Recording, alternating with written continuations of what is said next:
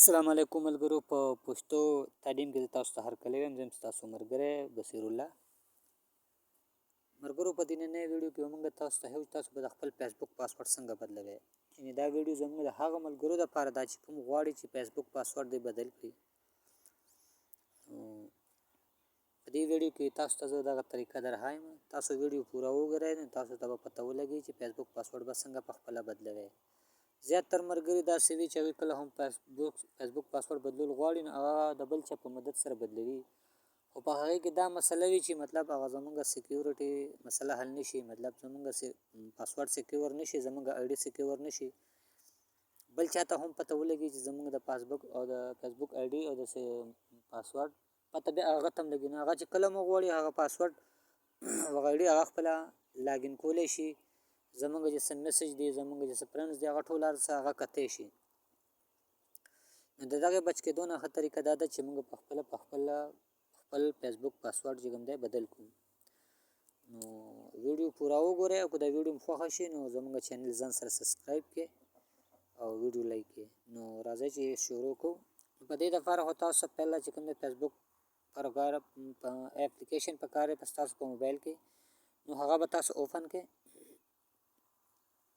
چې هغه کله تاسو اوپن کړئ نو دا فیسبوک پیج دغه رنګې کولی شي. په دې کې به تاسو دلته کې راشي د ګوته هغه درې رنګې لیکلي به ورته راشي، درې شانتې، دا به تاسو اوپن کړئ. په دې اوپن کې تاسو به دلته کې دا سیټینګ راشي بره د سرچ آپشن سره سیټینګ دی، که دغه نه وي دې کې لاندې بیا سیټینګ لیکلی شوی وي، سی مور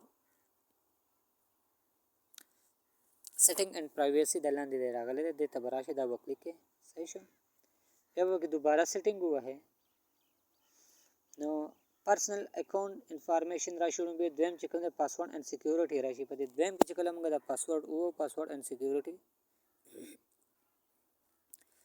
دې کې په لومبی راشي چیک یور امپورټنټ سیکیورټي سیټینګ او بیا ټیکنو سپارک 7. مطلب دا هغه موبایل دی چې د کوم نه دی وخت زموږ د فیسبوک آن دی او لوکیشن چې کوم دی پاکستان لاهور دی. بیا په دې لاندې کې راشي دریم نمبر چینج پاسورډ. نو موږ دې ځای ته راتګ پکار و او دې ځای له موږ رالو نو دا زموږ هغه آپشن دی د کوم ځای نه چې موږ خپل فیسبوک پاسورډ بدلولی شو نو دا به موږ ووایو چینج پاسورډ.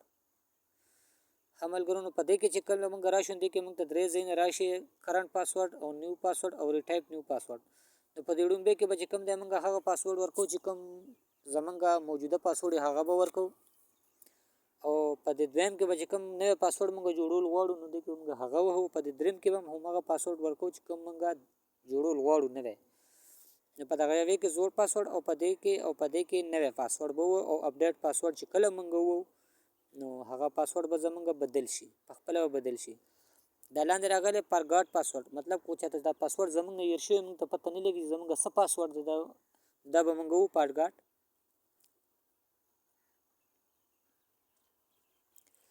چې دا موږ ووو نو دا اوس موږ سره د ایمیل دی او دا زموږ په دې آی ډي کې آن دی. نو چې دا موږ بیا ووایو دا به کنټینیو راشي.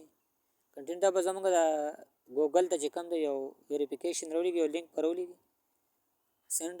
صحیح شو. تاسو زموږ د آی ډي ته دغه رالی. خیر خو دا بدله طریقه دا مطلب چې کوم پاسورډ هېر شي دا طریقه د هغې ده، او په هغې باندې زموږ په دې چینل باندې ویډیو موجود ده. نو که تاسو هغه وکتله ډېره به ښه وي.